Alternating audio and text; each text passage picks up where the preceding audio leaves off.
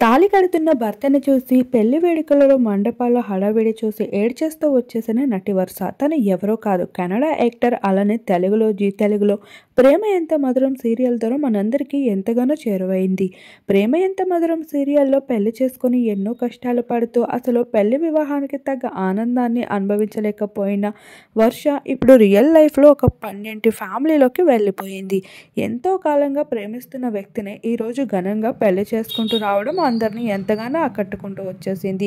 ఈ మధ్య కాలంలో గోల్డెన్ సారీ ఎంతో ట్రెండింగ్లో నిలుస్తూ ఉంది. ఇక ఆ పెళ్లి కూతుర్లు అందరూ కూడా ఈ విధంగా గోల్డెన్ అవుట్ఫిట్స్లో ఆకట్టేసుకుంటూ వస్తున్నారు. ఈ మధ్య కాలంలో వరుసగా ఇప్పటికే తెలుగు ఇండస్ట్రీలో 3 పెళ్లిళ్ళు అయితే జరుగుతూ వచ్చేసాయి. ఇప్పుడు వర్ష కూడా కన్నడ పద్ధతిలో ఎంతో గ్రాండ్గా అయితే పెళ్లి చేసుకుంటూ వచ్చేసింది. కొంతమంది బంధుమిత్రుల సమక్షంలో జరిగిన ఈ పెళ్లి వేడుకలలో వర్ష కంటతడి పెట్టుకోవడం నెటిజన్స్ని ఎంతగానో ఆకట్టుకుంది. ఇక పెళ్లి తర్వాత ప్రతి అమ్మాయి కూడా ఏడుస్తూనే వెళ్లాల్సి ఉంటుంది అత్తవారింటికి. అయినప్పటికీ ధైర్యంగా ఉండు, బీ హ్యాపీ అంటూ తన ఫ్యాన్స్ అంతా బెస్ట్ కామెంట్స్ని సోషల్ మీడియాలో అందిస్తున్నారు.